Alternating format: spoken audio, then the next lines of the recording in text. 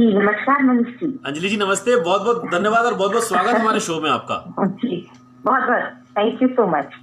और मैं अभी अपने सुनने वालों को बता रहा था कि एक जिंदगी अंजलि जी की इतनी है, लेकिन उसमें इतना काम महिलाओं के लिए, और आज से नहीं लगभग 30 वर्षों से आप एक ही निरंतर प्रयास कर रही हैं। आप ये आपके लिए बहुत सच में काबिले तारीफ है, और मैं जितना बोलूं उतना कम है शायद। जी थैंक यू। जी आपकी जो आपकी फाउंडेशन है अभिव्यक्ति, जी मैं चाहता हूँ थोड़ा सा उसके बारे में बताएं। और मैं भी सभी हमारे सुनने वालों को बता दूं कि अंजलि जी खुद एक अच्छी डांसर हैं, अच्छी पॉटरी करती हैं, और उसके साथ साथ मतलब बहुत अच्छी कलाकार होने के साथ साथ महिलाओं के लिए लगातार काम करती हैं। ये अपना में बहुत बड़ी बात है। जी अंजलि जी बताएं। जी जी बिल्कुल मनीष जी, जैसा कि आप जानते हैं और आपने बताया है कि हाँ मैं कलाकार हूँ और कला ही मेरा जीवन है, यही मेरा लक्ष्य है और यही मेरा माध्यम भी है जीने का। तो मैं शुरुआत करती हूँ अपनी यात्रा की कि मैं एक पोर्ट्रेट हूँ। मैंने बाकायदा सीखा है, ट्रेनिंग ली है प्रोफेशनली भी, और इसी काम को मैंने आगे बढ़ाया इस तरह कैसे कि जैसे कि जब मैं गांव जाती और जो हमारे लोकल जो कुम्हार हैं उनको ढूंढती, उनको इकट्ठा करती और फिर उनको अपने डिजाइन देकर अपनी तरीके से उनको नई नई चीजें बनाने को देती। शुरू में तो फिर उन लोगों ने उस चीज का एतराज किया क्योंकि वो अपने पुराने तरीके को ही अपनाना चाहते थे। लेकिन मेरे लगातार उनसे आग्रह करने पे और मैंने जब उनको सिखाना शुरू किया तब उनको लगा कि हाँ हमें कुछ नई चीज सीखनी चाहिए, और उन्होंने मेरा साथ दिया। और फिर मैंने बहुत सारी चीजें जो है उनसे बनवाई और फिर उन्हीं चीजों को इंटरनेशनल मार्केट और डोमेस्टिक मार्केट में इंट्रोड्यूस किया। वाह वाह, बहुत खूब। लेकिन तो फिर इसके बाद अंजलि जी जब आपने ये वाला काम भी किया तो उसके साथ साथ महिलाओं को आपने बहुत कुछ सिखाया भी।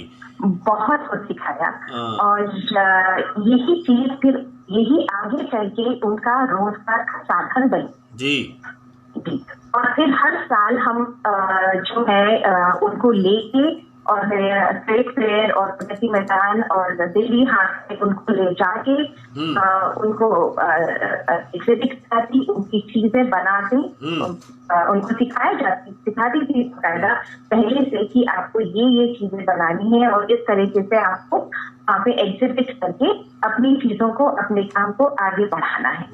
तो ये सिलसिला सालों तक चलता रहा और इससे जो उनको रोजगार मिला, प्रोत्साहन मिला, कॉन्फिडेंस आया उनमें कि हाँ हम बहुत कुछ सीख सकते हैं और बहुत कुछ बना भी सकते हैं। बिल्कुल सही बात, बिल्कुल सही बात। तो अंजलि जी अभी तक कितनी महिलाओं को आप अभी तक ऐसे सिखाकर रोजगार दे चुकी होंगी? मैंने महिलाओं के लिए तिहाड़ जेल में खासकर जाके वहाँ की इनमेट जो होती थी उनको मैंने जाके पॉटरी सिखाई। और क्योंकि मुझे पता चला था उस दौरान जब मैं ये काम कर रही थी, मुझे कुछ लोग मिले जिन्होंने कहा कि अगर आप वहाँ आके और उन महिलाओं के लिए भी कुछ कर सकते हैं तो बाकायदा मैं वहाँ पे गई, मैंने कॉन्ट्रैक्ट किया वहाँ पे और मैंने वहाँ पे महिलाओं को पॉटरी सिखाई और ऐसी चीजें सिखाई जिसमें लागत कम थी लेकिन आपको मुनाफा ज्यादा था। यानी कि जैसे कि दिए बनाना, कैंडल्स बनाना, तो इनमें लागत कम लगती है और मुनाफा ज्यादा। तो हर त्योहार में उनकी चीजों को मैं एग्जिबिट करती और जो भी पैसा मिलता वो उन्हीं इनमेट्स को जाता जो भी काम करती हैं, जो सीखती हैं। तो उससे उनको इतनी खुशी और वो मिलता था कि हम जा नहीं सकते जेल से बाहर, तो कम से कम हमारी चीजें तो बाहर निकल रही। बहुत सुंदर अंजलि जी, मैं तो आपकी बात सुनकर मुझे बहुत खुशी हो रही है कि आप कम से कम, क्योंकि आपकी सोच बहुत अच्छी है और आप इस तरह से काम कर रहे हैं, तो लगातार जब इस तरह से कोशिश कर रहे हैं और इतने आपने महिलाओं को आज आपने इतना सशक्त बना दिया कि कम से कम अपने पैरों पर खड़े हो सकते हैं। और इसके अलावा अभिव्यक्ति जो आपकी जो संस्था आपने बताई थी, तो वो मतलब जैसे महिलाओं के लिए काम करती हैं, वो उसमें काम करती है, और इसके अलावा कोई ऐसा काम? इसके अलावा देखिए बहुत चीजें हैं। इसके बाद देखिए जैसे कि मैं एक आर्टिस्ट होने के नाते इंटीरियर डेकोरेटर भी थी, तो मैं कॉन्ट्रैक्ट लेती थी इंटीरियर्स की, और उसमें जो भी प्लानिंग है जैसे कि फर्नीचर है या मान लीजिए क्रिएटिव आर्ट है या कोई भी बुनकर है, तो मैं उन्हीं लोगों को उन लोगों तक पहुंचती, चाहे वो टेक्सटाइल से रिलेटेड हो, चाहे वो लघु उद्योग से रिलेटेड हो, चाहे वो फर्नीचर से रिलेटेड हो, चाहे वो लोहे का कोई भी काम से रिलेटेड हो।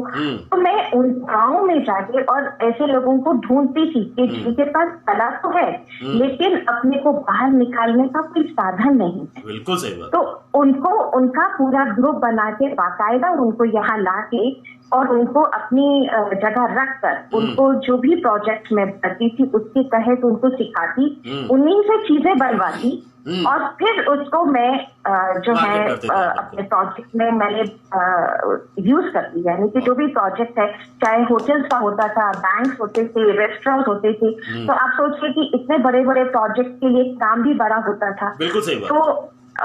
तो हर चीज जो है मैंने कभी भी एस्टैब्लिश लोगों से कभी काम नहीं कराया। वेरी गुड अंजलि जी, सच में बहुत बढ़िया आपकी सोच है और सच में बड़ी खुशी हो रही है आपसे बात करके, और ये हमारा सौभाग्य कि आज आपसे जुड़ने का मौका मिला। ऐसे भी लोग हैं इस धरती पर, ये सच में मुझे बहुत अच्छा लग रहा है। अंजलि जी, हमारा जो शो है ये हमारा शो एक फरमाइशी प्रोग्राम है और मैं चाहता हूँ कि हम आपकी फरमाइश का भी गीत यहाँ पर सुने ताकि हम सब उसका आनंद उठाएं।